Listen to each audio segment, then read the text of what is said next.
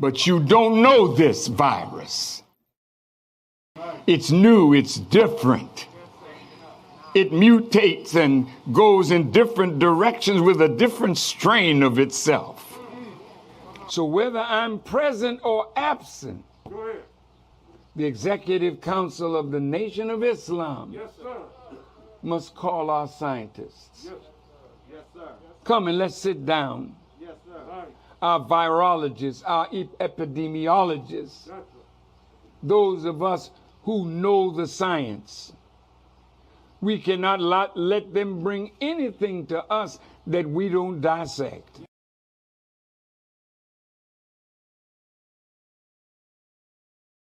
And we still ain't letting them bring anything to us that we are not willing to dissect.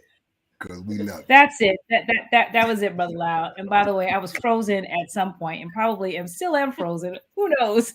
You good to go right now? You're good. Yeah, you're good to go. Right? The hostess of the Moses is free. You're free. I'm back. Welcome, everybody. Welcome in. Assalamu alaikum. Greetings. Good evening. Oh, we missed you last week, me and Sister Kalila, but we missed it was a man thing last week. We just let it go. No, it was a minister thing last week. It was a minister thing last week. For those of y'all who missed last week, go back and get that minister thing. Listen, and I listened in, and it was one of the good ones. Well, they're all good, but that particular one was hit right in the spot. Let me clarify that. They're all good. Anyway, welcome everyone. Thank you so much for joining in. Thank you. We got a good show this evening. So, before we even get started, you know what we do, Brother Lau. We need you to do what? Go get your people. That's right. Oh, right now. Look, not later. Look, some of y'all gonna be mad. I gotta tell them, Sister Michelle. Some of y'all are going to be so mad that you didn't go get your peoples, especially when they try to give you a headache because you're trying to solve some life problems, maybe through mathematics. I ain't saying nothing else, but I'm just saying y'all better go get your peoples. Go get them. Go get them. Go get them.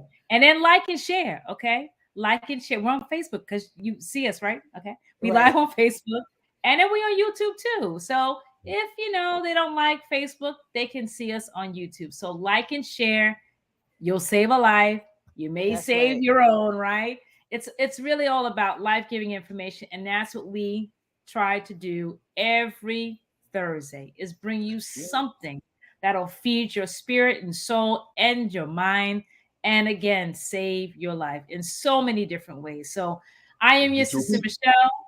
The hostess with the mostest. Y'all give us some love. Come on, y'all got to get a hostess with the mostest some love. Right? Brother Tony, give Sister Michelle. We're giving the hostess some love. Come on. Yes, absolutely. You always give her love. Back. You always give her love. I'm not doing the whole thing with the hands. And either way, Brother Tony, we are just welcoming everybody in. We told everybody to like and share. I'm going to hand it over to my brother Lau because that's how we do. We do our rounds. But I just want to thank everybody for joining, and stay with us because we absolutely have a powerful show. Sons or daughters, an important topic. I won't get into Heavy hitter alert. Heavy hitter alert. Exactly. So you just got to tune in and be a part of the conversation. So anyway, Brother Lau, I'm going to hand it over. I got it. Yep. And we're still running. We are. Praise be to Allah. You know how we like to say, family. Assalamu alaikum to my Muslim brothers and sisters. Praise the Lord to my Christian brothers and sisters. Gawa black power to you black revolutionaries, and to all you peace, freedom, and loving people out there. Peace and blessings, and welcome to another Thursday night talk. You already heard the heavy hitter alert. That's an alert. That means you're going to get an opportunity tonight to have an experience, but go get your peoples. Get your peoples. And so welcome again to another powerful program and experience. And, for those of you who ask, well, what is the 7th Region Coalition? We just want to liken ourselves. Think about a lighthouse, family, right? I mean, well, first of all, think about a people that's going through some hard times, treacherous times, but going across some dark waters on a ship. But there's a guiding light. And that guiding light will allow the shift, even though it's a bumpy ride. Y'all know it's a bumpy ride. All right, stick around if you don't think so. But we like to liken ourselves to a lighthouse of information and inspiration, all with the sole purpose of helping to save lives. And I'm telling you, tonight's topic is so timely, but we'll figure that out once we get into it. I'm just going to tell you once again, heavy hitter alert, go get your people. And let's bring on our beloved sister right now, Sister Khalila Muhammad. First of all, I want to first start off in the most holy name of Allah, always bearing witness that there is no God but Allah. And I bear witness that Muhammad is his messenger. I would like to greet my sisters and brothers in the greeting words of peace in the Arabic language of Assalamu alaikum, and my Christian sisters like Sister Kim, who just joined us. Hallelujah, Kim. Come on through, Kim. I just want right. I just want to, first of all, I missed you all so much. I felt like it's been tons and tons and tons of days that I've been gone, but I've only been gone just one show. Just one show, right? But right. I'm glad that I'm on this show because the reason that I was not able to join the show last week was my cousin got shot and killed by, we don't even know who. He was just going to a party. He graduated from high school, and he got killed a day after his graduation. This topic is very near and dear to me because our boys are dying. I'm tired of seeing the news. They're treating our boys like these animals. They think that, oh, this man, my cousin was not by far a man. He was a boy trying to live. And he just went to one party that caused his life. He had very high hopes. He was actually had a full ride scholarship, football scholarship. So he was like 19 days away from going to college. And he went to a party, a graduation party, and lost his life. This is why this topic to me is near and dear. And I know our brother who's been on the scene forever, his rostrum is a heavyweight rostrum. And I'm so looking forward to hearing from him because he has the plan through the plan maker. And that's the most honorable Minister Louis Farrakhan. And I'm not going to belabor the point. I'm ready to get started. And I don't want this to be I don't cry for everybody. But I want this to be. Hey, look, before you pass to Brother Tony, though, that real talk you just shared, people know it's real because, number one, may Allah be pleased with his soul, but multiply it by the hundreds and thousands. Right. This same year. So thank you there, sister, and we're going to set it right. Yes. You're all right. And again, right now, we're here for answers. We're not here to talk about the problems. We're here to talk about the solution. And that's what the 7th Region Coalition is. We're a solution-based coalition that's striving, not trying, but striving to save lives each and every day. And without further ado, I'm going to pass the baton to my dear brother. See, you better take the baton, Brother Tony. You gotta get the baton, brother. Let me begin properly. In the name of the one God who bears many names, some know him as Jah, others know him as Jehovah, some know him as Dios, some know him as Bon Dieu, some know him as Alobdumare, some know him as Onkolo Kunkulo, some know him as the great wind of the great spirit. I bear witness to his oneness, who came in the person of Master Fard Muhammad. I bear witness to the wonderful example that he raised from among us, the Most Honorable Elijah Muhammad. I thank them both for the excellent and awesome example in our midst today. The Honorable Minister Louis Farrakhan. Once again, Assalamu alaikum, which means, of course, peace be unto you. And of course, in whatever language you speak, family, buenos dias, sac passe, peace and blessings. If you want to say grand rising, free the land, whatever greeting you greet your people with, I greet you with that greeting right now. But this is a very critical topic, dear family. Brother Lyle, I remember in the 80s and the 90s, an excellent brother, a wonderful brother by the name of Juanza Kanjufu came out with a series of books called Countering the Conspiracy to Destroy Black Boys. Well, we are still fighting that conspiracy today. And so in the classroom, this is very near and dear to me also, Sister Kalila, as I experience this conspiracy constantly in the classroom, when I'm in the community and I see the condition of our young people, especially our Black boys, our Latino boys, Native American boys, young men who are suffering, don't know what their aim and purpose is in life, but it takes a great teaching to redirect them so that they could see themselves and know what their aim and purpose in life is. That is our work today.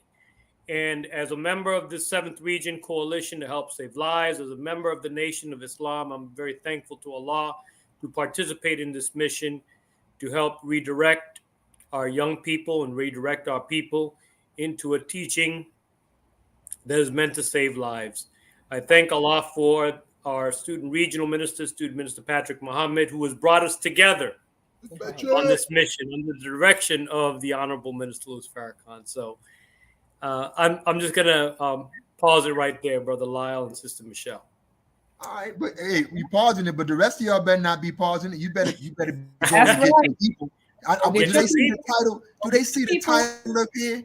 It says "Save Our Sons." Go ahead and act like you ain't got no buck wild loose boys that don't need to be saved. But I'm not gonna say I that. got three. I got three, but loud. The same. One crazy. No. Beautiful. Right. You know, and so look, the beautiful thing with the way everything was just laid out, family, you know, but we gotta rewind just a minute, because you know we have that hidden, unseen 7th Region Coalition team that does so much behind the scenes, and we just want to give them some love, man. And thank them for each and everything that they do. And with that being said, you know, I know they're getting ready. We got a special guest, right? Come on now. Before we bring our brother up from what we call the dugout, before we bring him up, now you all know Sister Michelle, she usually reads the bio of these powerful brothers and sisters that we bring to you each and every week, right? You know, but Sister Michelle, because you know I was doing my research and stuff, right? And I gotta be honest. Can I keep it 100 with you? Right? Yes, sir. I don't think you need to read the bio tonight. You know why? No. Okay. Because I found a video that represents the perfect bio, right? Okay.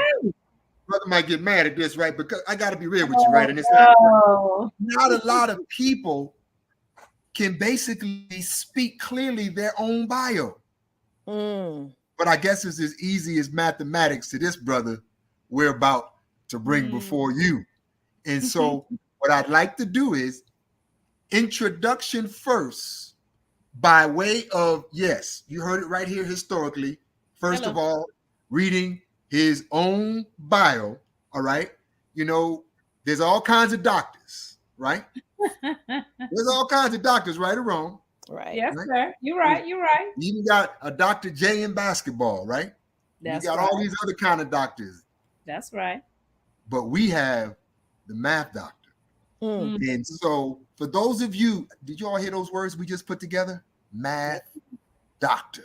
I bet you're going to get your peoples right now, huh? Mm-hmm. You know, we all need a math doctor, by the way. I'm gonna share my screen, and I need one of my folks. As soon as you hear our brother finish reading this, or I want you to bring him up on the screen, and so that we can be super clear. Why is it not here? See, that always happens when you get ready to do it. Huh? You might be reading the file. I'm here as a backup. Just know I'm here. I'm here, brother. You know what? I got it. I got it. All right, that's it. Now all I gotta do. There's a little pressure. Yeah, look, that's all we need. That's all we need, right? You know. All right. So, family, without further, I want to present to you right now. Voila. What did I do? You brought us up on the screen, brother. I did that. So we're gonna stop sharing, right? That was just to let people go get their people for real. But I got it now, family. Now, I want to thank you for bearing with your brother through this used to be technical difficulty, but we got it now. And here is our tab. And we are finally ready for this beautiful introduction. This mathematical theology was taught to us by the most honorable Elijah, also known as the Math Doctor. I welcome you to this introduction of this powerful course entitled The Mathematical Theology and the Power and Science of the Number One. I have been a high school math teacher for the past 25 years at Muhammad University of Islam, as well as in the past 10 years, a mathematics professor at Malcolm X College. I have been teaching mathematics to high school and post-secondary students in a manner to get them inspired and motivated to become masters in mathematics. I also have gone all over the country in different cities giving workshops and lectures to parents, students, as well as teachers on how to properly teach mathematics to Black students, Hispanic students, and any students of color. I am a publisher and author of several books, in particular one which is entitled How to Teach Math to Black Students, a publisher and author of this book here, 12 Inches Makes a Ruler, The Meaning of the Number 12. A lot of the foundation and basis of this course will be extracted out of this book that I've written on 12 Inches Makes a Ruler, where we go into the mathematical theology and some of the objectives that we have in this introductory course. So it is with great excitement and pleasure that I appeal to you to take this course, enroll in this powerful, mind-stimulating course that's going to help us understand the mathematical theology and the power and science of the number one. And with that being said, brothers and sisters, we want to present to you at this time our beloved brother, the doctor in the house, math doctor himself, beloved brother Shaheed Muhammad. Give him a 7th greeting. Praise be to Allah. In the name of Allah, the beneficent, the most merciful, I bear witness there's no God but Allah, and I bear witness Muhammad is his messenger. I greet you all the greeting words of peace of Assalamu alaikum. Wa alaikum salam, sir. Man, I was just sitting in the back, just enjoying. You all could have just kept going. You didn't even have to bring me in. I was enjoying your spirit, enjoying your animation. You all have a beautiful program, and I just love it because you're not stiff. You're not just, robotic. Everybody is just, creative and beautiful in your spirit. So I just want to thank Brother Tony, thanks Sister Kalila, Sister Michelle, and my brother Lyle Muhammad. And now, Brother Lyle, did you have that shirt a long time ago, or this shirt was this perfectly made for this presentation? Well, brother, when you got the right closet, when you got the right walk of life, this shirt, brother, actually comes back from 2009. Wow. 2009, and Wow. I had to make sure I pulled it out, my dear brother, when I heard about this beautiful topic that we're having tonight, dear family. Perfect. This is what it's all about. That's Very it. appropriate. Very appropriate. Absolutely. Well, I owe the title on the flyer to my brother Lawrence that makes my flyers. He came up with that. Usually I do Let Us Make Man when we have these. This is the 5th annual one that we're planning in Chicago. Wait, time out. We got to give a praise break. Don't mind me, because some of us ain't done a second nothing. The 5th. That means, come on, y'all got to give some love. The 5th annual Save Our Sons Conference in Chi-Town. Man, I'm telling you, that's an accomplishment, my dear brother. But let's take a step back first, man, because I want to make sure people heard what you shared in that introduction. Because let's just be real, family.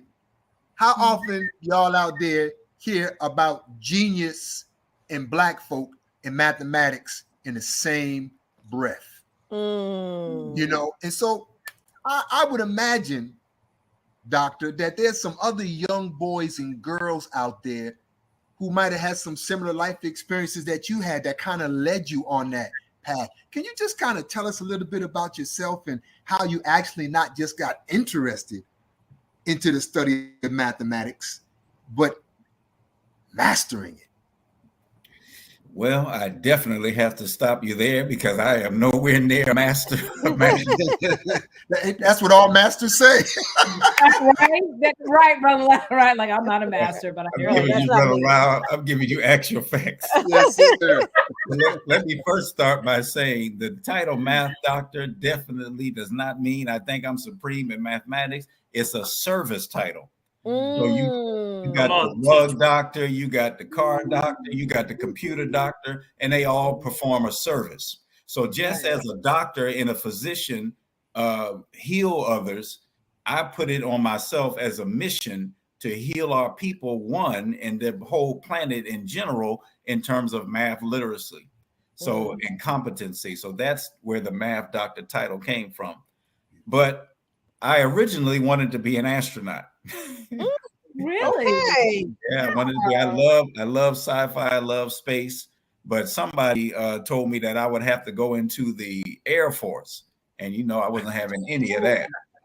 So that diverted me into going into aeronautical engineering, where I said, well, if I can't go up in space, I can help put the rockets up. Right. But then I got my physics class.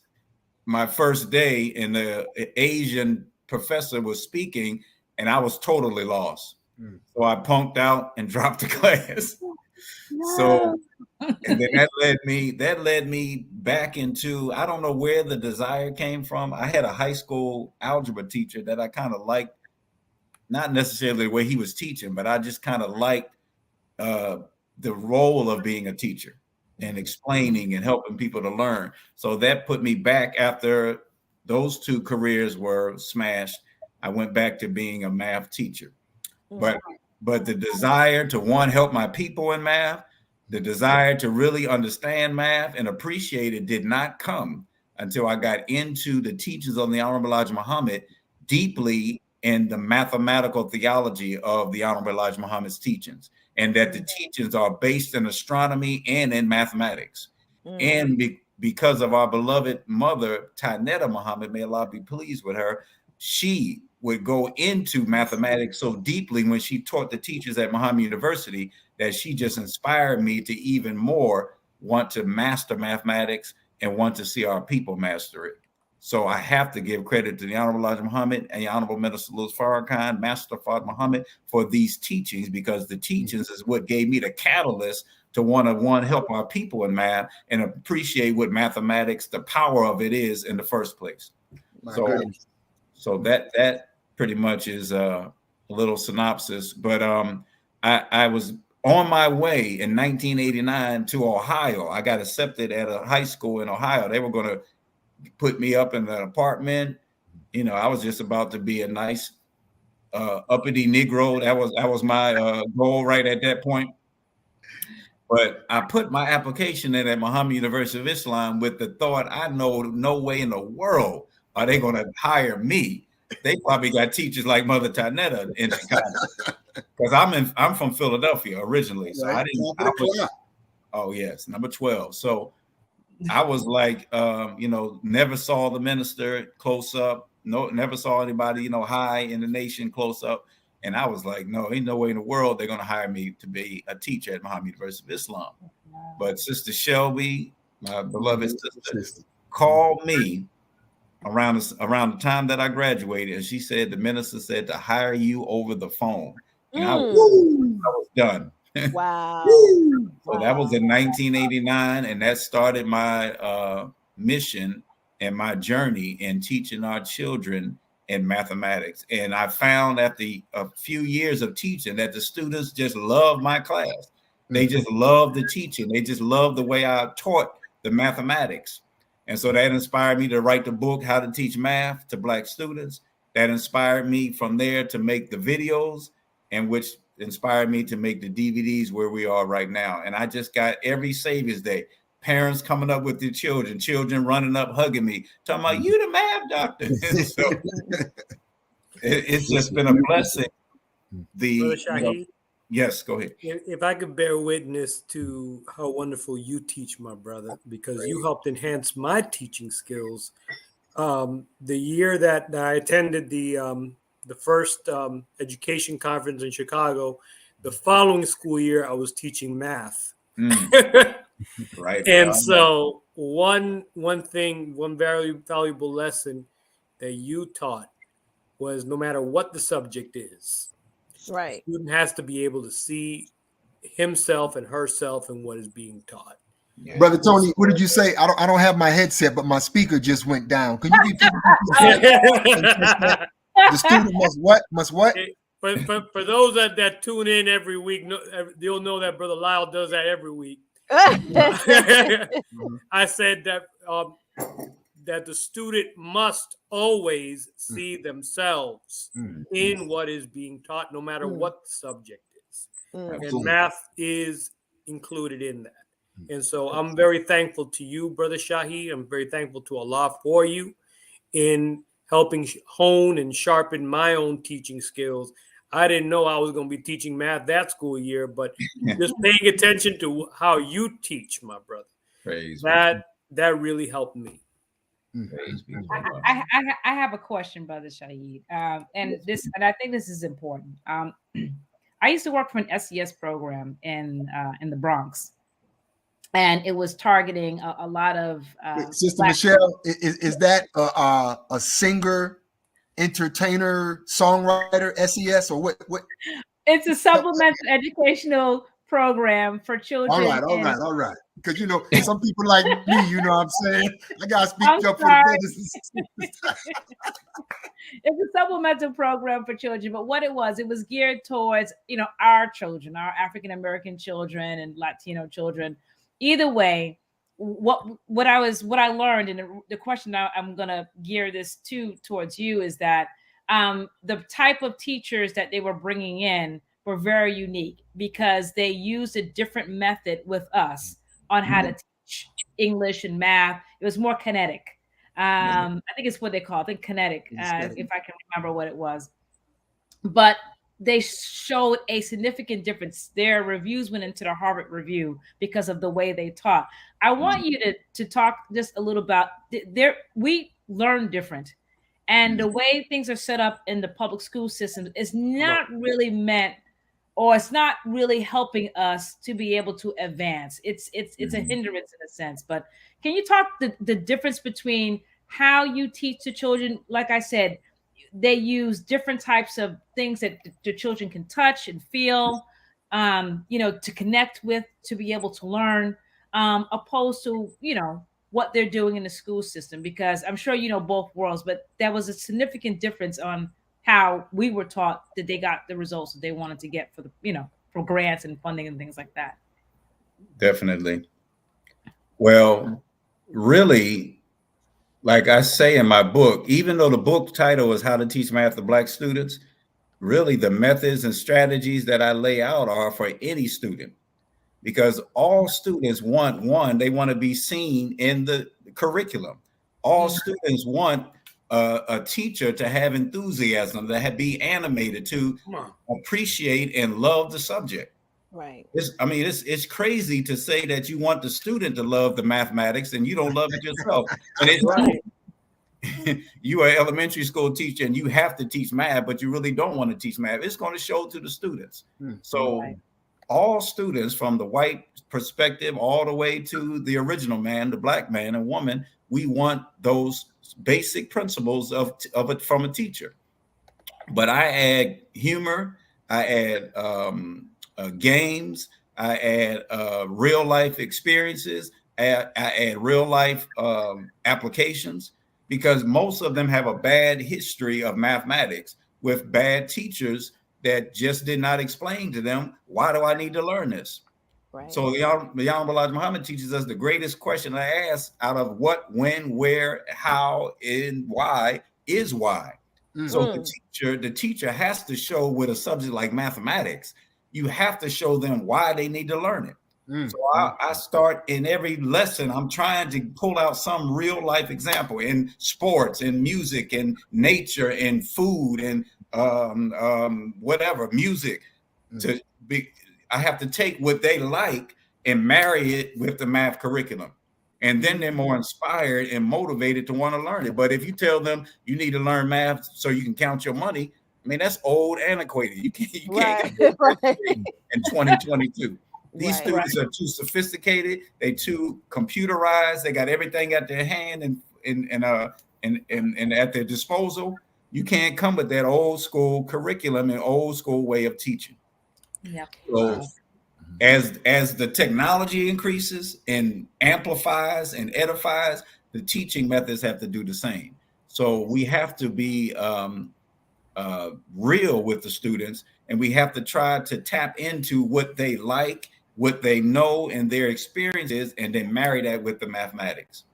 So what I tried to do is, in the early grades, if I was teaching like the early grades, I use a lot of manipulatives, as you said, because children at that age, they're kinesthetic. They want to touch, feel, put things together, build. So you have to bring that into the mathematics curriculum when they're in preschool, when they're in kindergarten, first, second, third grade. Those are those primary foundational grades where the math teacher has to be a master, because you're laying the foundation. But the problem is, most of the preschool, most of the elementary students, teachers of mathematics are weak in mathematics. Right. Because the teaching colleges that produce teachers don't put them in rigorous math courses. Brother Shaheed, I want you to continue, but that's a moment for the parents out there to bear witness. That's why your boys and girls, they come running home to you and they get on your nerves because you don't know how to help them, because the teacher didn't know how to help them in the first place. So parents, you're getting a whole curriculum on how to teach your children. Go ahead, my brother. Absolutely. And that's why Junebug will come home and say, "Ma, I don't understand this multiplication." And then the mom said, "Well, I wasn't good at math when I was a child, so don't worry about it, baby." So we make excuses. We make excuses for the child not doing well in math. Instead of educating ourselves with all that's available on YouTube, you can get any lesson you want on YouTube. So instead of educating ourselves as parents, we aid them in the handicap by saying, "I wasn't good in math either. Your father wasn't good in math. Your grandma wasn't good in math. Black people didn't make good math." No, Black people created math. So another thing, Doc, I apologize, Doc. It happened again. My you said something about Black people in math. What'd you say, Doc? That's why the teachers of the Honorable Elijah Muhammad are so critical. That's why Muhammad University of Islam is so critical, because you have to give them the knowledge of self in every subject. Brother Tony can tell you. Brother Tony does an excellent job in his class. You got to bring in the knowledge yourself. These textbooks, I'm sitting at my desk right now, full of white supremacy. Right. When I do workshops, I bring up this image that they have. When you type in 100 greatest mathematicians, come on, 99 of them are all white. That's right. And 99 of them are men. And we invented it, but we didn't invent it. We created it. It's a difference. It's a difference between inventing and creating. All right. the evidence of old math history comes from Africa. Every evidence of the origin of mathematics comes from Africa. And That's just the fact that we built those pyramids, we had to have a supreme form of mathematics that they call it one of the 7 wonders of the world. They wondering how the hell the black people did it. That's Brother right. Shahid, Still can't figure it out. Brother Shahid, if Tony I Sister can, Kalila was trying to get in. I just trying to Yeah. referee a little bit. I don't Yeah, want you know I'm trying to- Go ahead, Kalila Sister quick with Kalila. your hands, so gotta let her get in, brother. Praise Come on. be to Allah. Thank you, bow Brother to the Lai. queen. Thank you, Brother Lai. The topic is so pertinent, and it save our boys, Our sons. boys, sons, Young nephews, men, all of the Young above. men. cousins down the street, because our boys are dying at a rapid pace. And the beautiful thing that you specified is allowing the teachings to mirror them in it, right? And right now, because the school system is failing our children at a rapid pace, because it's old teaching. It's dated. It's something that our mother had, and it's the same thing. You just changed the book copy. I mean the cover of the book. Right. What is the importance of mathematics and saving our boys? How can we tie that into what's going on in society today? One thing about mathematics, if it's taught properly, it teaches the child, it teaches the adult to be a critical thinker. It teaches you to deal with actual facts. One of the major concepts in mathematics is a function. A function is nothing but cause and effect. And a function says if you input this, you output that. See, our young men don't understand a functional relationship of Satan's world. He has set up a satanic world that's set up for the destruction of the black man. And when you input what he wants you to input into his formula of death, then the result is death. Physical, mental, spiritual, economical, on all levels. So when you learn mathematics properly, not just the adding, subtracting, the algebra, the geometry, solving a problem, but really solving a problem. Really understanding actual facts is needed in order to do it. Statistics are numbers that talk. So if you know the statistics about yourself, then you'll know your future. That's why the minister says, he who prescribes the diameter of your knowledge dictates the circumference of your activity. So if you don't know thing, you can't expect to do a thing. Right. So all that, Sister Kalila, is the mathematics of life. That's why we're taught Islam is mathematics and mathematics Islam. Islam is the universe, is everything that submits to God. So if Islam is mathematics, that means everything that submits to God is mathematics. Right. But our children are not taught math in a way that is life, that is real, that is them, that they are walking mathematics. You know, Doc, on that point right there, and Brother Tony and Sister Michelle coming right to you. But this is a perfect lead-in point, because I know we're going to be dealing with so much of how to do what needs to be done. You are getting a book on this program tonight, family. But what I want to do is, first, I'm going to place into the chat a link for brothers and sisters to have access to the Honorable Minister Louis Farrakhan's new educational paradigm. Yes. New educational paradigm. Now, as we placed that in the chat, you heard the testimony of our brother. You heard Sister Kalila's question, why are so many of us asleep? And just in case y'all trying to sleep through this, we pulled some of the statistics out from the Honorable Minister Louis Farrakhan's message that we just put in the chat for you. And we just want to share it with you. And there's a wake-up message behind it. So look at these statistics that bear witness to what our beloved Dr. Shahid said and what Sister Kalila just alluded to. And then as we do that, You know, first you might just see some familiar faces and some fathers saving their sons. But as we do that, family, make sure you read the statistics. Y'all recognize some of them beautiful people on there. You know, check this out, family.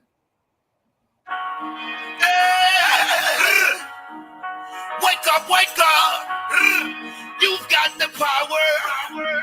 You've got my people in the East, yo, you gotta wake up. Midwest, dirty South, yo, you gotta stand up. All my homies in the West, yo, you gotta wake up. Wake up, wake up, wake up, wake up. Wake up, wake up, wake up, wake up.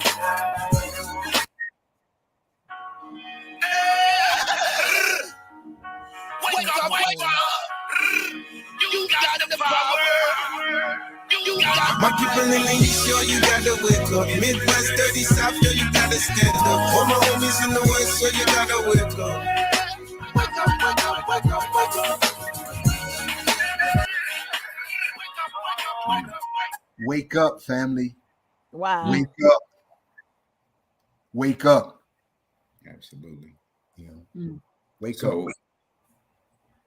we have Well, to look, since nobody's not talking, you know, the thing is, no, because those statistics are really, to be honest with you, they're statistics, but they're even dated because right now, what's going on? It's off the chain. It's off the chain. It's getting worse, and it's not getting any better. It's not. We're not governing our communities anymore. We're not building villages anymore. I mean, even if you yell at a child now, it's like now the parents want to jump on you because you're yelling. But if your child did something wrong, it wasn't that. I'm just trying to save him from what's to come. But we became so personal. Instead of building community, we became so personal in our growth, but we're losing our children at the end of the day. And I'm so tired of the shaking head method. You know, every time something go across the stream, we like, I'm tired of that. I'm so sick of it because shaking your head does not solve problems. Come on, getting together. You know, I was just talking to a congressperson, just walked up to me and was like, I want you to vote for me. I said, you know what? What can you do for our community? Well, we got programs. Right. No, what can you do for our community? That's a very direct question. And if you don't know I don't need a puppet. I don't need something to be drawn in the sand and you have to actually rehearse it every time you walk in front of people. What can you do for our community? Our community is broken and it needs to be fixed. What can you do? He couldn't even give me an answer. So right now we have to take our power back because we have lost it along the way and we need it back. And this brother Shaheed has came up with the program to save not only save our boys, but make them smarter than ever before. Yeah. So for those of you who are listening to my mouth, my words, you need to start liking and sharing this information. Don't let it be too late to where the next time you get a call, it's somebody in your own house that's getting shot and killed. Right. On that note right there, Sister Cleta, because it's going to come to somebody's doorstep. Brother Shaheed, why don't you take us through how you established the first Save Our Sons conference? Because it might give somebody else out there a blueprint on something they can be doing in their city as well. Sure. Absolutely. Well, first of all, Sister Khalila, I meant to say earlier that I send my wife and I condolences to you and your family. Thank you, sir. For that tragic loss of your nephew. But it went back to when the sisters, if you all remember, Sister Captain Naima, they put on what was called Save Our Girls. Yes. Yes, sir. On my birthday. Yes. They invited the Honorable Or 19. Yes. So I was sitting there looking, I was like, when is somebody going to do something for the boys? Come on. Because we are totally slaughtered and totally destroyed. Not that our women are not destroyed, but you all are like a step above where the men are. Right. And we just have been told, because the target is on us. That's why I like that symbol of public enemy. We have that target on us. Right. That's right. So they want to push up the women and destroy the men, because that separates the family, that separates the nation, because a nation can rise no higher than this woman. But if the woman is disconnected from the man, because being allowed to be employed, and if you look, Satan is just so wise. So now he's putting all these black women in these positions, but most of them either are lesbian or most of them have a white husband. Oh, I was making sure you said that second part, because y'all come on, act like y'all don't see the integration of America. Come on, y'all see what's going on. But you don't see anything about the black man. We're like totally destroyed. Right. That's right. So once I saw the sisters do that program, I said, you know what? We need to do something for the young men. Now, before that, I did have a conference I put on called Save the Black Child. This was before the sisters put on their program. And I actually went to several cities and did it, but it was just so hard getting participation. I think the biggest Save the Black Child I had, get ready, in terms of attendance, was when I went to London. Wow. Wait. The sound went out again. Right. You said the greatest one you have. What city in America was that, brother? What was it? London, England. I came out, brother Minister Hakeem, right? No longer Hillary. Abdul Hakeem. This is the first time I went to London. He invited me because he heard about me doing the Save the Black Child in other cities. So he said he wanted to do one in London. When I came out into the auditorium and saw it was at least 500 people for a Save the Black Child, and we did a workshop as well on math, I was blown away. But here in America, we were lucky to get 20, lucky to get 10, lucky to get 30, because we have been reduced below the level of animals. Even animals take care of their young. We're not taking care of our young, so we are even below the animal stage. So what inspired me was a desire to save our children. And once I saw the sisters do that program, then that inspired me to do one called Boys to Men. And because one of the main problems is our young boys don't know how to be men, because the men that are supposed to be men to teach them how to be men have been reduced to boys as well. It's an all-out assault. So once I set the program up, I was looking at what things can we give them that will help them in the development and male empowerment. So we wanted to make sure that they knew a little knowledge of themselves. We wanted to make sure they knew the conspiracy to destroy black boys. So I do a portion in the program called Manhood Boot Camp. And I just come hardcore. I got images, because images say a lot more than words. So I use my PowerPoint. I show them a picture with a bunch of young boys with their pants sagging. And I'm like, what do you think that is? What do you think about that? Where you're a grown a grown man, and don't even know how to pull your pants up, don't even know how to dress. All that is part of the conspiracy to destroy us. So I show them certain images where we look like buffoons. They push up comedians. They push up sports figures. But I asked them, how many of y'all know any black mathematicians that are that are black men? How many of y'all know any black scientists? Why aren't they put up there like that? Then we go into respecting and protecting your mother, respecting and protecting black women and any women. Then we go into do for self.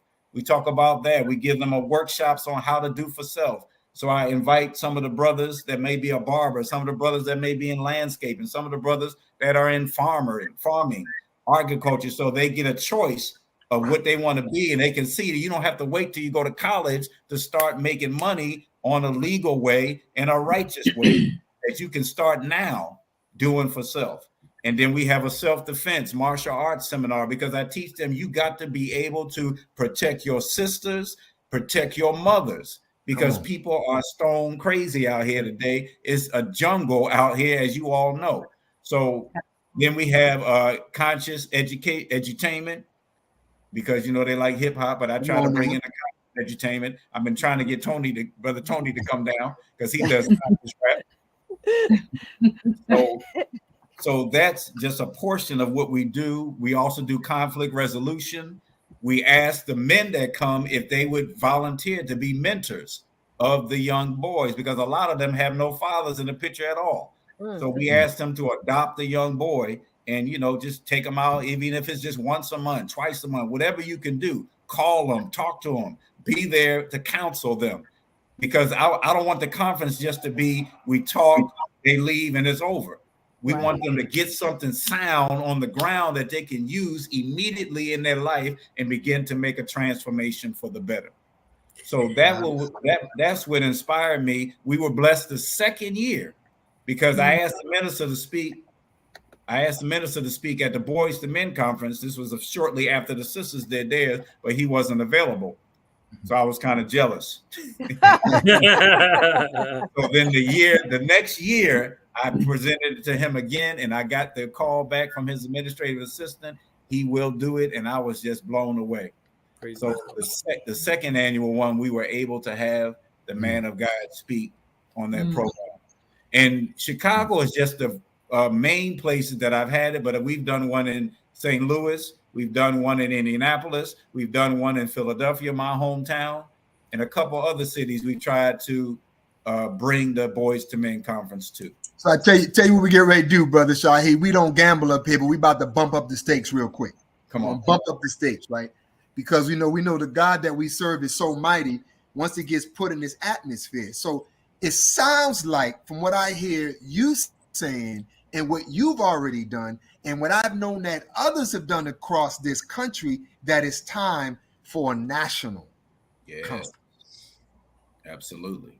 It's time for us to bring all our great minds that want to concentrate on saving our sons, all our great programs and all these things. And so, brother, I'm putting it into the atmosphere, but I do not give that to you without offering my feet, my hands, and my mind, brother, because that's what time it is. And what city are you in, my brother? I am in Miami. Miami. Everybody's in Miami, of course, right? In Miami, we've also have a beautiful track record in some other cities where we've gone in to do beautiful things to help save our sons, brother. So, and the work that you're doing now, and talk more for those who can come out to give them the date. I just have the flyer up. If somebody can put it up better than I did, please do so. But brother, talk about those who are in that area, in that region. People travel 100 miles for a party. I wonder how many miles they'll travel to participate in this conference. I'm glad you said that, because I want to give, I don't like saying shout outs, but I want to give some props to a brother, forget his name, but he would bring, every year we did it in Chicago, he would bring a van load of young men to Chicago. And I found out, I said, you drove from Washington, D.C.? He said, oh, yeah. And he would come every year. So if you're in the vicinity of Chicago, it will be, inshallah, on June 11th, Saturday, June 11th, at Muhammad University of Islam, which is right next to, adjacent to Mosque Mariam, the National Center, from 2 p.m. to 6 p.m. All are invited. We're trying to gear towards 11 to 19-year-old young Black boys, Hispanic boys, American Indian, whatever you want to call, original young men. So but if you bring them in their 10, we're not going to turn them over. And if you bring them in their 20, we're not going to turn you away. We're just focusing on that age, okay? Yes, sir. That focus, brother. Look, family, real quick. Was it 11 to 19? Yes, every last person, you got to do a self-check. I want you to think about all the 11 to 19-year-old young boys and men that need was being talked about. Just start thinking about them and start in your house first, right? And then kind of go on out. So we know there's a need. Go ahead, my brother. No problem. So it's free admission, no charge. Parents can drive by, drop the child off, and keep on rolling. But wait you got to come back. Did it again, brother. I'm going to get this thing taken. Did you, brother? I didn't just hear you say the parents can do a drive-by. They can do a drive-by, but a righteous drive-by. Right. And what better place to leave your children? Yes. So there's the flyer. So if you are in the Chicago area, the vicinity, just want to drive like the brother from Washington, D.C. did, you understand the need, the emergency. That's why I love to Save Our Sons, because the acronym is SOS. We are not in cold green. We are in cold red. Our children are dying. And that's the sisters and the brothers. I'm just focusing on the young men because that's who has the greatest target of destruction by this enemy. This beast does not want to see our young men flourish. They know what generation this is. They know who they are, that they're natural born lions born to rule. So they want to do like Herod did, kill the black boys or the young boys at age 2 so that they don't grow up into the future rulers that they're destined to be. So we have to understand, we have to drop everything. Our top priority is our youth, is our children. We cannot be lower than animals. Animals take care of their children. What is going on with us, where our children are running buck wild in every major city in America? We got to get on our posts as men, as women. And the only solution in Satan's world is what the Honorable Elijah Muhammad and Minister Farrakhan teach, and that's separation. That's right. We got to have our own schools. We got to have our own nation, because as long as they're integrated with Satan and his hosts and his minions, we will continue to see the destruction of our girls and boys.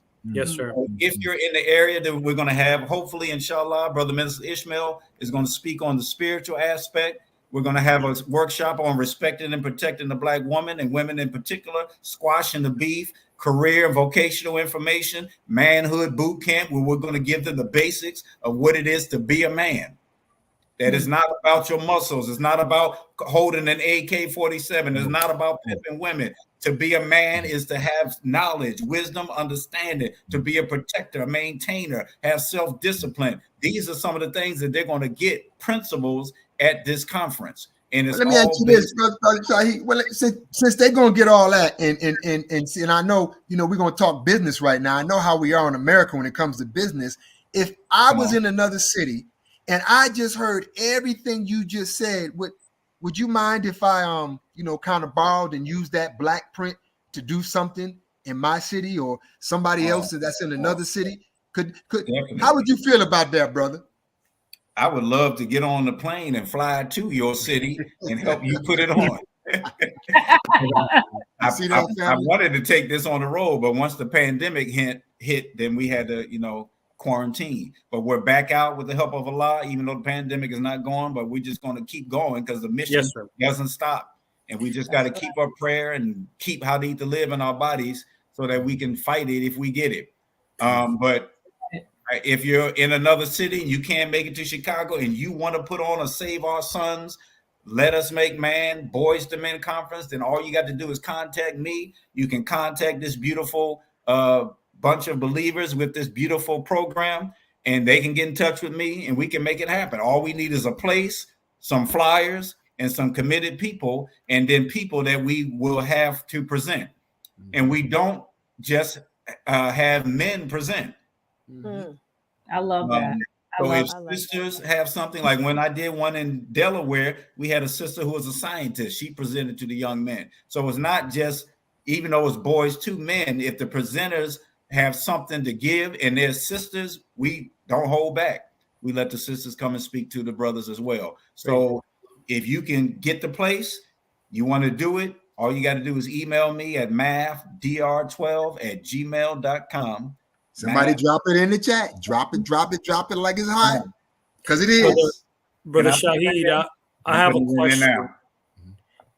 Go ahead. Yes, sir. I have a question, beloved. Just as an act of encouragement and showing that the success of this program, this conference, because this is going to be the 5th. Do you have any success stories? You don't have to mention names, but do you have any success stories that you would like to mention that has come about as a result of the previous 4 conferences? It's hard to find after they leave, to track them down. Somebody else asked me that, the sister from the Final Call, when she did the article and interviewed me. I told her I don't have any that may have come back besides the brother that brings them from Washington, D.C.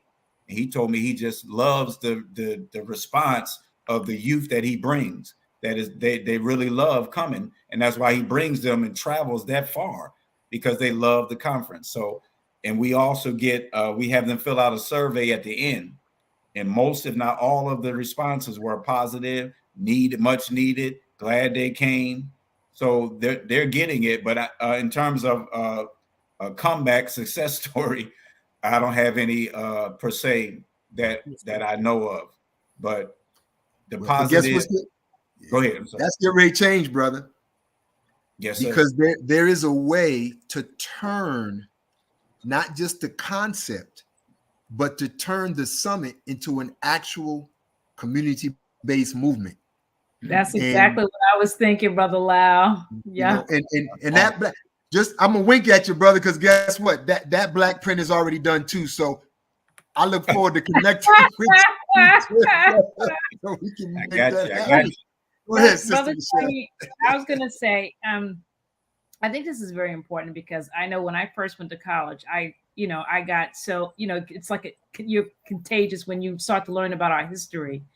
And I started to get deep and deep and deep, and I got into a leadership program when I was at school. But I'm bringing it up because what just Brother Lau had mentioned, because I think somehow, as I see young boys and me having boys and boys that were mischievous and getting in trouble and, that type of thing, that can really gear them off the wrong way, which is kind of how we end up in these certain circumstances where they're out in the streets and they're shooting and robbing and getting into things that they shouldn't get into, right? But I think that the program that Brother Lau was mentioning, or something like that, or transforming it and stuff like that, is important. But there was a book, and I don't know if you've ever read it. It's called Set Up for Failure. It's you've heard of it, right? Maybe you haven't. It sounds powerful. It's set up for it's two Harvard brothers. Yeah. It's two Harvard brothers that wrote this book and talked about how really our children are set up for failure, meaning that, whether it's, they're not understanding something in class, or they're not, maybe they might be acting up because maybe they don't understand something. I mean, I kind of went through it with my children, but a type of program that Brother Lau was talking about, how do we get that? Because what I'm seeing today, or even when my children were growing up, because I was under the leadership and guidance of the most honorable the Honorable Minister Louis Farrakhan and Honorable Elijah Muhammad. But that's what saved my boys, because I was brought into knowledge. Crazy. But when I look back, and even today, the problem that I'm seeing is that you got the single mothers that are not home. Same scenario. Dad's not there. Mom's not at home. Children are fending for themselves.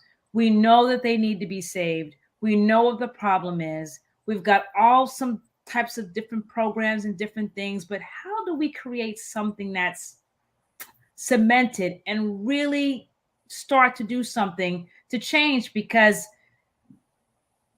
I mean, like Sister Kalila mentioned, I don't know if it's just we're paying more attention to the news or what, but it's some really crazy things that our babies are doing.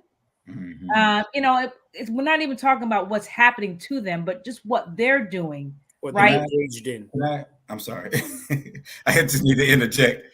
Yeah. If you all don't mind, I need to take a commercial break. All right. Okay. So, yes, sir. So I'll be right back, inshallah. But Brother Tony, if you can kind of entertain. Well, you want me to move away from host mode to now answering questions? I'll be right back. Give me 1 second. Yes, or do you wear multiple hats? That's hilarious. Well, I got to be honest. I can't sit here and hear something like that and not respond, because what we're asking for, it actually exists. Right. It exists. And the first thing I want to do is, family, that brother we're listening to right now, first of all, to my brothers and sisters in the Nation of Islam, please listen carefully to these words. There are not enough Dr. Shaheed Muhammads. Right. No. You didn't hear what I'm saying. I'm not saying you be him. I'm saying you be you, but be out there. Right. Pause right there. Right there. See, Brother, go ahead, brother Tony. No, go ahead, Brother Lau. You finish your statement. Right. And so, because I'm listening to my brother, and I'm very, very humble, but I'm just reflecting because we started the Save Our Sons program that started as a summit here in Miami. But just because of the belief, like Brother Shaheed, or a brother that's here in Miami, or a brother that's in your city or somewhere else, I remember getting a small $10,000 grant to keep it continuing. And then I remember getting a $75,000 donation to actually institutionalize it as a movement in all of South Florida. So can you imagine the Dr. Shaheeds coming together with the other brothers and sisters that are listening right now that are already on the ground doing the work? You are already on the ground in your communities doing this great work. But what's going to happen now when we come together? And I must say this, Sister Michelle, it's even gone so far that there even been laws that have been changed that give us access to some of our young boys and men that we would never have access to. And so I applaud Brother Shaheed. And I'll just pause right there and get some feedback. And I do have a Shaheed video clip if we want to show it now or later. But go ahead, Brother Tony. I just wanted to say we could go to the clip. And, I just want to make this comment very quickly, Brother Lyle. But we do have local Shaheeds in all of our cities. We have local Brother Tonys. I'm not going to aggrandize myself, but we need to have. You already did, Brother Tony. No, I didn't. I'm just applying what I've been taught. We'll do it, Brother Tony. We got Brother Tony's here going on. And we need more Brother Lyles and more Sister Michelle's and Sister Khalila's. And so this is what I'm going to say is just like we need more people in positions of responsibility with our youth to come together and establish more programs, local programs, so that our young people can see themselves and now be able to walk in their divine path. But it's going to take an active work. The hard conversations, Brother Lyle, is like, what are you doing? What you doing with yourself? Right. And speaking of that, Brother Shaheed, right. I don't know if you remember this, dear brother. Yes. But I just feel obligated to kind of let people catch a little something about what you said, dear brother. Like Muhammad said, that the people who do not know mathematics will always be subject to a people that do. So if in my mind I want to keep you down, I'm going to make sure that you are not mathematically proficient, that this is something that you perceive as difficult and run away from, so that I can keep you down and keep you subjugated. So, what is the real deal? Are we just naturally born mathematically illiterate? It's just something that's not cut out for Black people, for Hispanic people, for Native Americans. Well, let's go to the real deal. Now, you don't get the real deal in the schools. Because in many of the books that I learned and study from in terms of mathematical history, you rarely see anybody Black in the book. It's like we don't even exist. We didn't give any contribution at all to mathematics. Now, they have something in Chicago in the city colleges called a math emporium. This is a place where you can send your class and learn math and do math labs and so forth.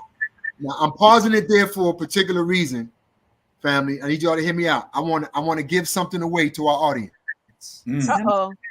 All right. I want to give something away. Right. I'm saying because we're gonna get some of our brothers' books.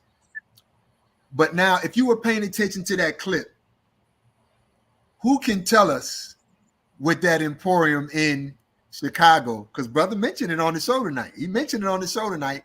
Who can tell us what that emporium is all about what you remember our brothers saying? And now watch this, right? Brother Shaheed, how many books do you have, brother? When you say, oh, that means a lot. Right. No, it's not that many. Maybe 1, 2, 3. Yeah, just do me a favor. Name the titles out loud for me just so I can follow along. How to Teach Math to Black Students. That's where started everything. 12 inches makes a ruler, the meaning of the number 12. That gets into the mathematical theology of the Honorable Elijah Muhammad's teachings. I have one called The Adventures of the Math Doctor. That's a children's book. And then I have a workbook for the K through first, and I have a super workbook for 4th through high school. And so, I think that's it. Well, I want to give away a set.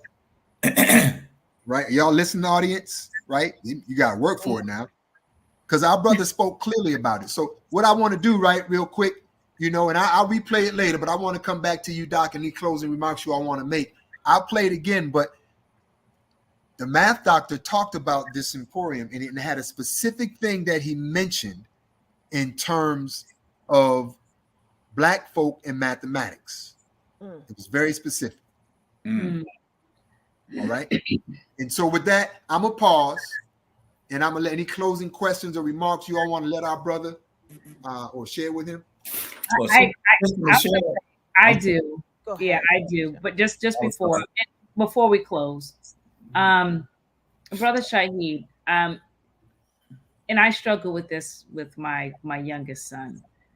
Do you have, or does your program work for children that may suffer from ADHD or autism to learn math? I know for me, my son struggled a little bit, but we figured out a way to teach him, and then his brain just did what it needed to do to and now he's really good at math. In fact, he's better than me. Some stuff I can't even figure out what he do, and I struggle with that. And I remember when he was younger, I thought about getting your program. Seriously thought about getting your program because we were just trying to figure out how to teach him, but I wasn't sure if the program would work for him. But anybody that's out there that may have a child that may have special needs or things like that, does this program work for them? It depends on the severity, of the learning needs. I'm not going to sit here and just say, yes, it works for everybody. But I just know that the animation, the spirit, the connection to the real world that they get when I'm teaching, the breaking it down and making it simple so anybody can learn it, that helps, any child to learn. Wow. But it also depends on the age, because I have some, like my preschool, and my preschool DVD is animated. So that kind of helps for those that might have attention, problems or whatever. But I try my best to be animated when I'm teaching because I know attention is a major problem with our children because there's so many distractions. And Satan has offered so many tempting distractions that to try now to come and teach them math is like, please, nobody want to hear that. So I have to I got to flip, I got to dance, I got to break dance, I got to do all type of things to try to get that attention that they're getting from Fortnite, that they're getting from Madden 2020, or what they're getting from basketball. So I'm trying to incorporate some of that media, some of that stimulation of the senses in the teaching method. So that kind of helps those that may have attention deficit disorder. But Dr. Kunjufu was one of my role models. He said that it may not be that Black students are hyperactive or attention deficit disorder. It may be that the stimuli that they're given is so slow, so uninteresting that they go do something else. So because there's a study that Yale did, and I do this when I do presentations for teachers. And Yale let they call them African Americans, they let Black children watch Sesame Street and Mr. Rogers. Then they let European watch Sesame Street and Mr. Rogers. And of course, they found that the Black students reacted better, and learned more from the Sesame Street format than they did from the Mr. Rogers format. You mean they didn't learn from the Mr. Rogers format as well? Hello, neighbor. They probably learned, but they probably weren't motivated. Very little and far in between. Absolutely. Because you don't know what's Sesame Street. So what I try to do is put Sesame Street in my classroom. you know, to That's the best of my ability. Of course, it's easier to do with lower grades than when I'm teaching high school and college. But college students, because of the way I teach with comedy, with excitement, animation, they put me there at Malcolm X College. There was only, I'm not there full time anymore. I'm going back part time. But when I was there, they had what they call rate your professor.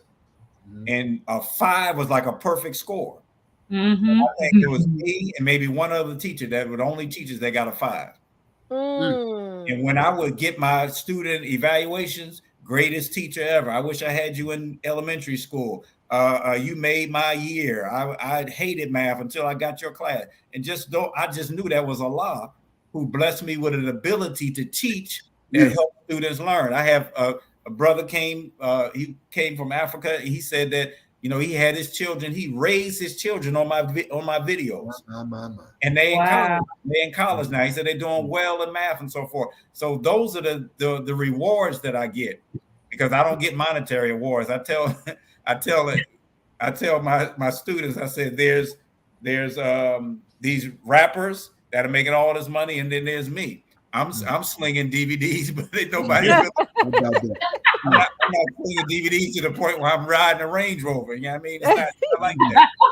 Make sure you at least put a link to them DVDs that can run across the bottom of this screen. Yes. So we can get some of these brothers and sisters out here to get some of those DVDs. And we now have direct download, Brother Lau, where you can just buy it and it comes right to your laptop, right to your tablet. Okay. That's what I'm talking about. But Sister Michelle, you mentioned something before. I had to make a run, and it was about doing something where it continues. What has to happen is, it's .org.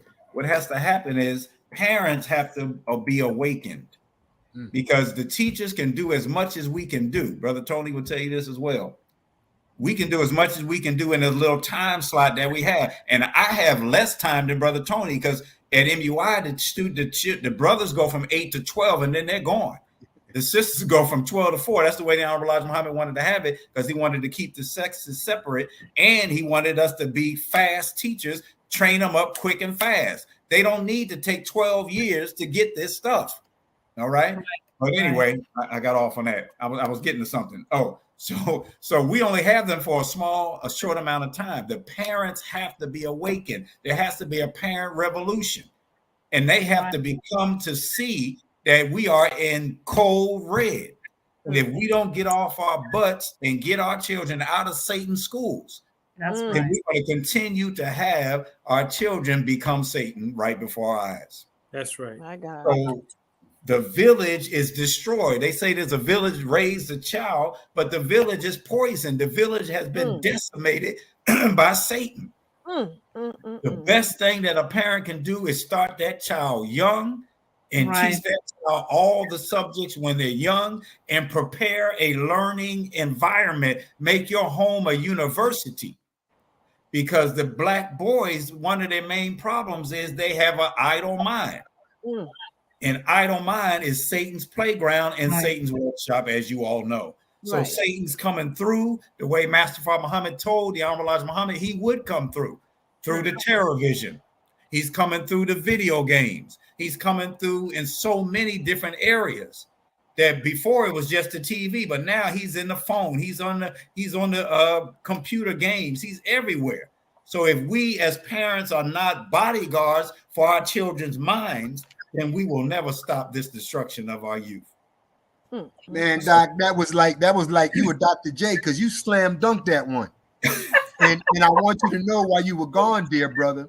Yes, sir.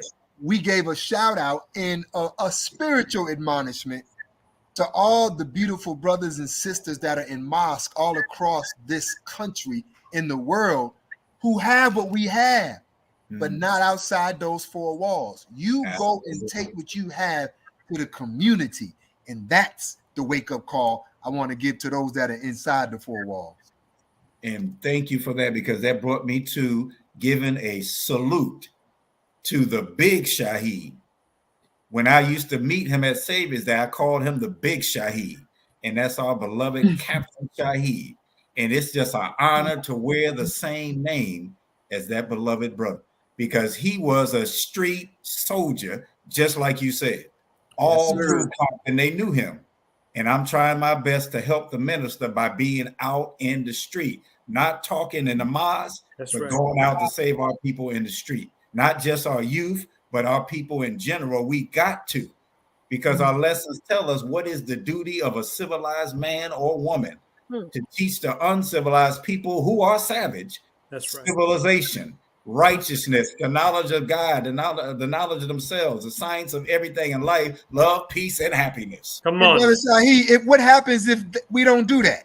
Oh my goodness. If a civilized person does not perform his duty, which is teaching civilization to others, come on, say it. Punished with a severe punishment. Off with their head. And I don't know about you, but I'm trying to avoid that punishment. I don't want my head cut off. Right. Slow down, Sister Lee, to give us a chance. Brother Shaheed, we do have a question. We have a question from the audience. Oh, yes. Brother Shaheed, how Sister Ashley X, what happened to the question? Sister Ashley X asked a question. How do we get a curriculum for parents who teach at home? That's a good question. Well, Muhammad University in Chicago is working on a online program where you'll be able as a parent to just log on and have your children log on. But in the meantime, because I know you want something right now and you're tired of Chicago taking 20 years to make something happen.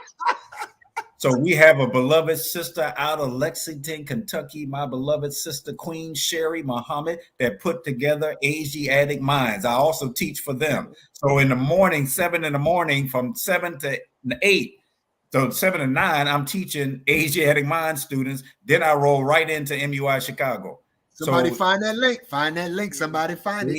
AsiaticMinds.com. You keep teaching, brother. We'll find it. You keep teaching. Let us find it, brother. She has a program, a curriculum based in the teachings on the Honorable Elijah Muhammad, and she's starting this new year with a curriculum based in agriculture, because the minister said that Lord have mercy, Brother Tony, help me, or Brother Lau, or the Queens.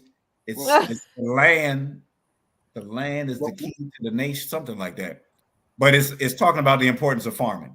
So the above, family. You want to eat? How about that? Well, let me break it down for them. See, how many of y'all want to eat?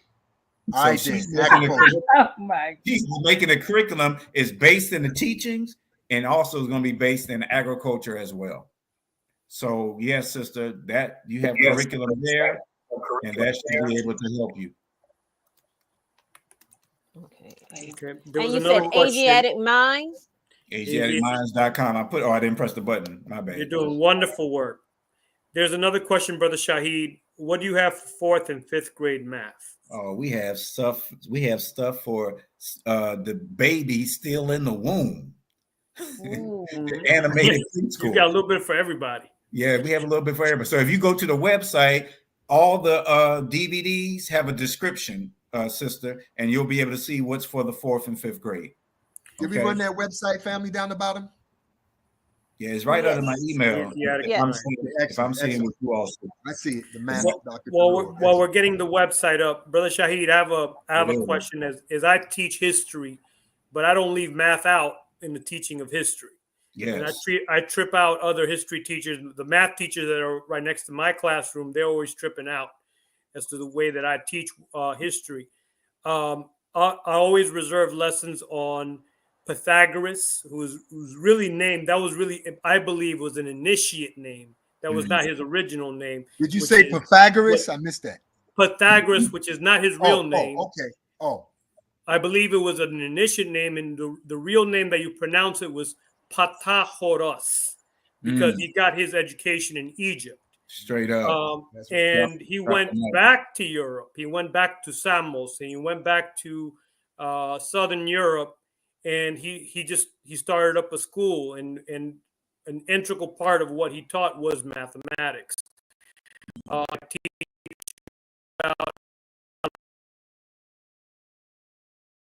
don't call him Alex, a lot more greater. You talking about that Robert, that thief dude? Is that the thief dude you talking about? I'm just trying to make sure I got my history. Alexander, right. The not so dude that stole all us. Oh, okay. Alexander of Macedon. Well, he went to school. He conquered a whole nation. He wasn't allowed into the schools of mystery because he was told that he had no soul. And didn't he And so- ransack the libraries or something like that? Like just take out stuff? Well, the one that ransacked the library was Aristotle, and then claimed he basically plagiarized a lot of the information that was in those libraries. And he rushed through. He was like, I don't want to get caught, so he rushed through a lot of that information, and just a lot of his writings are incomplete because he rushed. But Brother Shahid, why is it so important to teach about the history of mathematics? I'm gonna mention one more thing. We have some of the most ancient mathematical tools there in Africa, including the Ashango bone that was found at the base of the Nile. And so a lot of us don't realize that it was ancient Black people that started up the whole study of mathematics. Why is it so important for our young people to understand these facts, and what kind of difference does it make in the classroom for them to understand that we ourselves are the authors of mathematics? Let's go to the public school. Take a survey of our young Black boys and ask them, what do you want to be? I guarantee you're going to hear basketball, football, rapper, right? You're going to hear gangster, right? You're going to hear anything in the entertainment field. You probably are not going to hear, I want to be a mathematician. Because why do they know they can be a rapper? Because every time they turn on the TV, that's all they see is Black people rapping. They see Black people playing sports. So they know they can do these things. So the child grows up seeing images of people doing things. So they say, that's for me. But they don't see Black people doing math at all. So they say that's something for white folks, because when they open up these textbooks, that's all they see are white mathematicians. Remember, I said 100 greatest mathematicians, and 99 of them were white men. He just gave you a clue to getting that book packet too, family, by the way. Doctors gave y'all a clue. So if you don't have the history component of the subject, then you are void of the meat and the essence of the subject, because you can't connect it to anything. But they have to see Black mathematicians that gives them the fuel to know that they can do it. So I thank Allah for our beloved brother, Dr. Abdul Aleem Shabazz. Yes, sir. Who was a great mathematician in the Nation of Islam. I still have his cell phone number in my phone. He passed away a few years ago. Yes, sir. Wow. Philadelphia, right? He was there, I think, sometime. Yeah, Lincoln University. He taught at Atlanta, Clark, and he also was at Grambling for a while. But that brother right there, when he comes on the scene, and when he was on the scene, I was the math janitor. Not taking nothing against janitors. We love our janitors. Right. Maybe I won't say that because somebody might. No, my mom was a master custodian, baby, and she took her job very seriously. Let me say, I was a math bum. There you go. Oh no! And he's on the scene. That brother was no joke. And most of the Black mathematicians, Brother Tony, that got their PhD, they got it under him.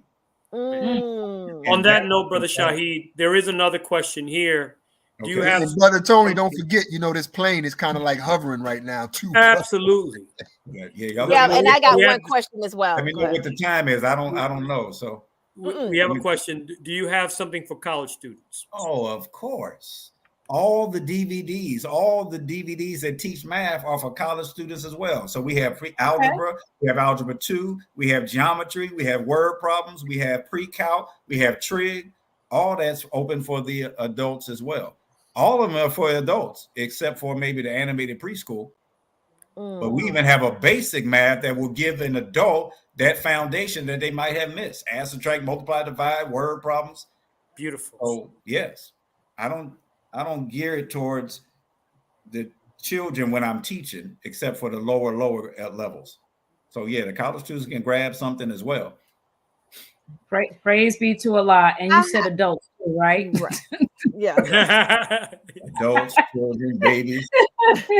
Yes, sir. Anybody that need to get their math on can get it. Yes. I have a question. Going back to your event, Brother Shaheed, Save our sons. you specified a certain age, which is 11 through 19. Can you go into detail why that age is so important for our young Black boys? It gets into the critical transition ages, like 5th, 6th, 7th, 8th grade. That's when they start going through those hormone changes. That's when they start going into all the transitions of their mind, psychology, and all that. And it's also the critical ages for getting them ready to be a man. I mean, of course, we need to get the 2-year-olds, the 3-year-olds, but it would just be too big of a span of ages. And then, you have a 19-year-old sitting next to a 5-year-old, and we're trying to communicate. Right. So I looked at something that would be in a short interval that would be most impactful for the children that have already been molded in the world. See, there's greater hope for the ones that are babies because the parents can get them if they're illuminated in their mind, and then help them to come up and get into manhood. But those 11 to 19 ages are critical. That's our population. Those are the ones that are bleeding, dots. That's right. And those are the ones that's out doing the robbing, the gang banging, and the drive-by shooting in Chicago, the sticking up, taking people's cars. So I wanted to do something that could get those ages that are doing all the drama and trauma. So that's one reason we chose 11 to 19. Okay. We have another question. That makes sense. Asiatic minds. Right now, sister, they're starting at 3rd grade. But I think she did have some 2nd graders that were doing the 3rd grade curriculum. So I don't think she has anything for the preschool as of yet. But I would go to the website, and then you can contact her and see, because she might have new plans for next year. And is there tutoring after, like when, they come from the slaughterhouse and they need to be reprogrammed? Is there a tutoring system available? For math, for me? For math, for you, definitely. And as well as Asiatic mind. Yeah, Sister has a holistic approach. So they have electives. They have, she's going to have counselors for next year. She's adding a lot to the puzzle. They have music, photography classes. So she does a lot with that online platform. It's just it's just awesome. So I would just say go to the website, get the information that she has there, and then get her contact, and also let her know the math doctor recommended. So excellent. I pride myself as being the one that gets the most referrals to her. Keep making it happen, dear brother. Keep making it happen. With the help of Allah. Our sister, who's the founder of Asiatic Minds, was featured on the Farrakhan Generation about 2 weeks ago. Look it up on the Closing the Gap network, as our sister was interviewed, and she expressed some awesome success stories there on that program. And Sister Kalila, yes, I do tutoring, and I have online classes myself. Okay. So some of my online students take classes with MUI, or they're in classes with Asiatic Minds. And that leads me to I'm gonna give my closing remarks now, family. While they're still fresh on my mind from that beautiful dialogue that just took place. All you brothers and sisters who want better for your children, whatever you want is already out there. You gotta reach. I guarantee you could reach out, and sister might not have this, but she know who has that, who has this, who has this. Our activity, first of all, it's the whole fear, faith, and truth piece, and I'll leave it alone with this. Truthfully, many of us know we want better for our children educationally, but we still have that fear in us that was put in us when we were a little boy, and we're afraid to break away. There it is. You hit from it. The white man's miseducation system. We're afraid, and we want better. You hit the bullseye. So, family, all you got to do is just reach. Make the phone call. Get the material. Look, you could read one sentence or one paragraph in one of our brothers' book, and it can give you the faith of a mustard seed to keep going and building. And so have no fear, and that's coming from a parent that's had children that have never seen a white man's institution, never, ever, and on their way to being the best in all of academic world and society, family. So we can do this, family, but just make sure you have enough courage to reach. Wow. What if you all don't mind? I saw one of the questions scroll, and the sister asked, "Yeah, there it is. Is this only no? Asiatic Minds is open to the world, and whatever I do is open to the world. So, no, it's not just for NOI members." And that's one of the beautiful things about this platform, family. The Seventh Region Coalition is to help build those bridges. So regardless of your faith, your walk of life, if you want better, Seventh Region Coalition. It is. Brother Shahid, I'll give my closing remarks. I wanna thank you. I know that it's very important to unlock those things that are in our children. I mean, like I said, I struggle with my boys, but I was that parent that came home and retaught them and used bead charts to teach my son. That's how I taught him math. I went to the dollar store and bought a bunch of things that he can touch, and that's how I was able to get through. But I think it's very important that everyone kind of re-listens to this program, because I will tell you that once I figured out what my child wasn't learning, or what his roadblock was, or he wasn't understanding something, once I figured that out and I was able to home in and fix the issue, the behavior started to change. It was over time, but as I started to identify that he wasn't understanding what he was learning, but the moment he started to understand what he was learning, the behavior shifted. And that's important. And I think a lot of the reasons why our children struggle with math, like you said, one, they're being taught by those that are not teaching it properly so that we can understand it. But once the child you remove and figure out what the issues are and then reteach them, they pick it right up. Their behavior changes. They'll go from a bad student, quote unquote, to a good student. Right. But I just want to encourage every parent out there that has challenges. And like I said, I've had all challenges with my children. And the only thing that I was able to do is to find programs like yours, Brother Shahid. Just over the years, I just had to figure it out myself and find other mechanisms. But because you got such a great program and how you teach and the way you teach, I applaud you. And I really wish that, during that time when my children were small, that I had access to you. But at this point, we were able to overcome and we're in a better place. But I just want to encourage everyone, if you have children that are acting out in class, it's 9 times out of 10, it's because they're not understanding and they're embarrassed. They don't want to say anything. And so that's when the behavior starts to become a problem. So if you identify, and don't let them label your child, just identify what the issues are. And it's the requirement. If your child has to be in those schools, right? It's their responsibility to get your children help and to identify and target and focus in where they're having roadblocks, so that those roadblocks can be removed. And then you can get programs like Brother Shahid to help them overcome those challenges. Because I have to tell you, I struggled in school with math, and I loved math at some point. And then once I couldn't understand it, or I hit a roadblock and I never got past it, it became a challenge for me all through school, all through college, all through when I got to grad school. It just was hurdles.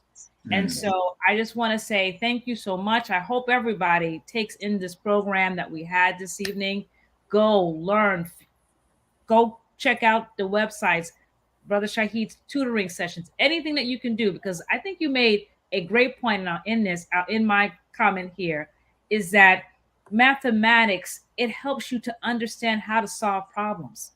If you don't know how to solve the problem, then you stay in the problem.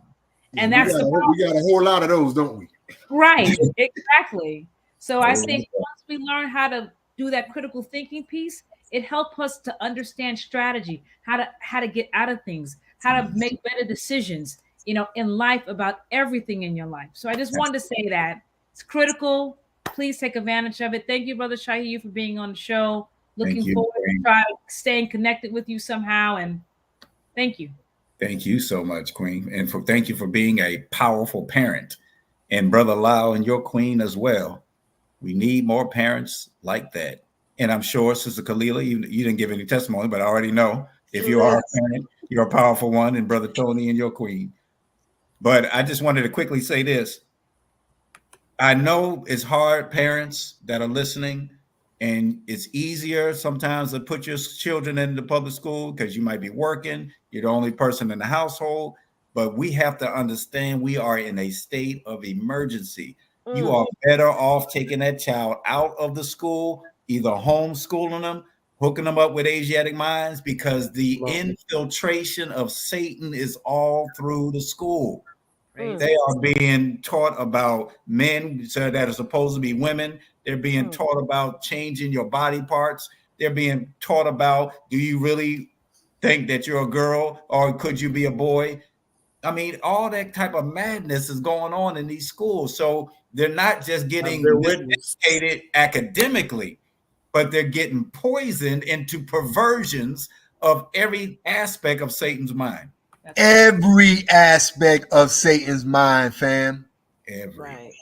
So I'm telling you, I know it's hard, and I know what you're saying. Well, you don't know. I got 5 jobs and so forth. But if you love your children, get them the hell out of Satan's school if you can. Bottom line, I got to be straight and forward with it because it's that serious. Our children are being transformed right before our eyes. Look at Dwayne Wade's son. Look at Magic Johnson's son. Right. And I put them up on the PowerPoint when I do the manhood boot camp. I don't hold back.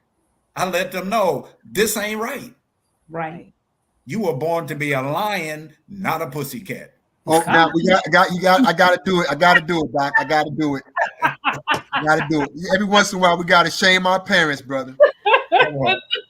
Shame on you. Don't mind me, Doc. I'm gonna be real quick on this one. Shame on you, parental and religious hypocrites who are afraid to stand on the reality of man and woman, and you have allowed our whole community to fall into an abyss to not even know what's right from wrong. And you know better, and you won't open up your mouth, silly rabbit. I had to get that out of my system. And you know what? This is for the fear factoring in regards to getting your children out of the public school system to a online curriculum. How would they, if parents are interested, like, hey, I'm tired of it. I'm tired of Johnny coming back and he, instead of using educational words, he's using slang words and he's getting it all from the school. How would a parent take their child out of the public school system and actually convert them into an online program? All I can say is Nike. Just do it. Just do it. All you got to do. Go to the school. We thank you for getting my child this far. May Allah continue to bless you. Snatch their behind out of the school. But then you have to be a parent and you have to create an environment. You can't just put them on Asiatic minds and then you go about your business. No, you had play your part. We've had the children. We've got to take up the responsibility. So you have to be there with that child. I have one beautiful young boy. He's one of my top math students. His mother is with him every day, sitting right next to him. I know you're saying that's not me. I can't do that. I got to go to work. But it has to come to the point where you value your child. You value your child over your own life. Because that's how serious it is. So just snatch them out of the public school, set up a learning center in your home, in your apartment, and go ahead, let Asiatic Mind do it. If you want to do it and be the homeschool person, or if there's a sister that is able to do maybe 3 children in her home, 5 children in her home, that's where a lot of the homeschools start. Man, get out of our life, Doc. Get up out of our life, bro. Sister Ashley, I know you listening. Sister Ashley, 10-4 breaker 919er. Ashley, I already know. You already know what time it is, Sister Ashley. And she got a beautiful child there. Yeah, that's my godson. That's my godson. Oh. And he's smarter than a whip. Smarter than a whip. You heard it? Yes, ma'am. So we're going to hear and obey. Okay. Yes, sir. I want to end off my commentary tonight with a quote from Frederick Douglass. It is easier to build strong children than to repair broken men. And our children in the system are becoming broken, and we have to do everything that we can to get them out of that madness. And I teach in public school. Only for historical sake and point, and because of the conference that Brother Shahid is having, that quote, he actually said boys. He didn't say children. You know, he was specifically talking about our boys and how they will become broken men if we don't do these things that we're supposed to do. Wow. There are a lot of broken men. Yes. Oh yeah. Walking zombies all over the planet. Send me that quote. Yes, sir. Absolutely. What say you last to our people tonight, my dear brother?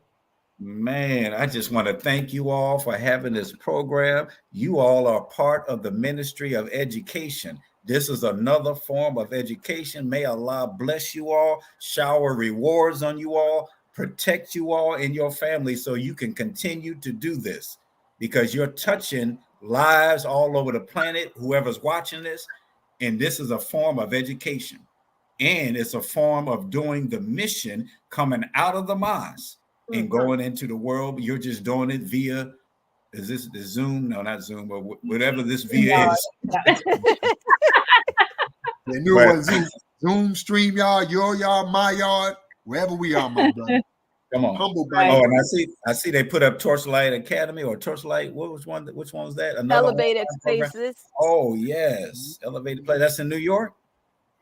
In NOI, New York. Oh, those are different schools. Okay, different schools. Yeah. All have online programs. So I mean, it's out there, and there's a homeschool network for Black parents.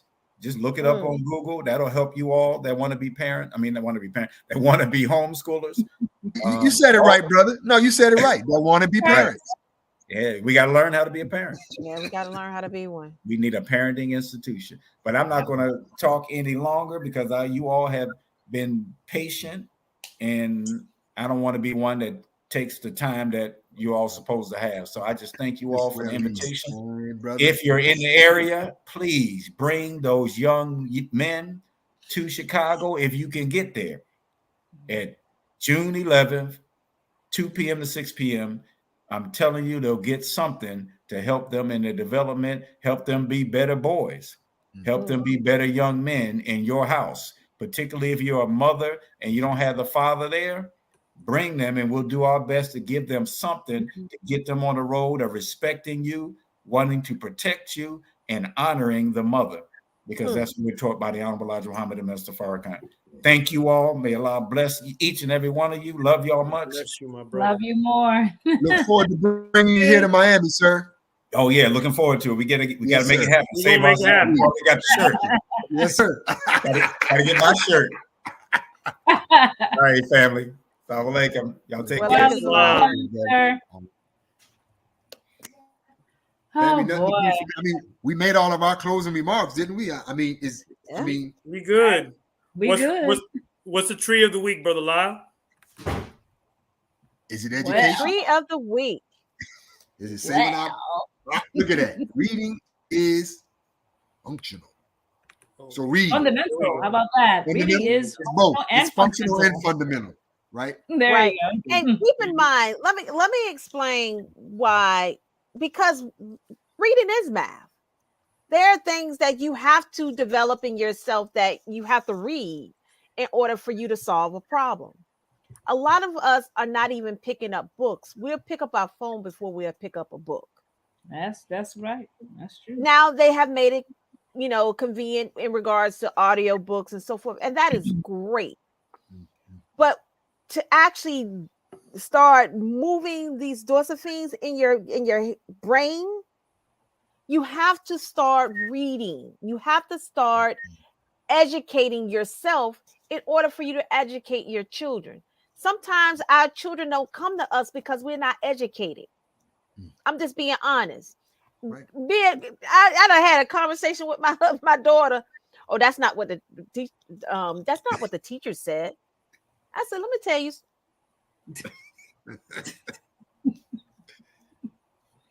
I care about what the teacher said, but what I said takes rulership over the teacher. Wow. And Sister Kalila, what you said here with this tree of the week, see, you did it again. You know, number one, in terms of saving our sons, for those who don't know, 88 to 90% of our black men that are locked up in prison, they're functionally illiterate. That's right. Functionally illiterate. 88%. And there's a little quote, you know, a lot of people come to us, Sister Kalila, after their boys are dead. I'm just keeping it 100, right? Wow. Right. And that is true. It gave me this little rhyme that ties into the tree of the week, you know, and it says we got to read to succeed or we'll continue to bleed. We bleed from the mind before we bleed from the body. Pick up a book and read, somebody. I love that. Yeah, that's a mic drop. That's a mic drop. One thing I wanted to say about mathematics, because we spoke a lot about mathematics tonight, that is the original language of the universe. And because when we don't take time to read and we to apply what we're learning, what we find is that we become very illogical. Logic is it comes from the branch of mathematics. And so we have to become a logical and mathematical people once again, and not allow emotion to rule over us. See, feelings and emotions are good indicators, but they're horrible decision makers. We have to become another one. Mathematical people again, growing into the thinking of God Himself. Beautiful. One thing I got to say, I can't come behind that. Ain't nobody gonna come behind that. That was good. Hey, family, look, we're not a clique, we're not a crew. Y'all know we love you. You're gonna do it. Y'all know who we are, right? Savage Coalition. Yes. Do the fingers, but loud with the fingers. Love y'all all. Have a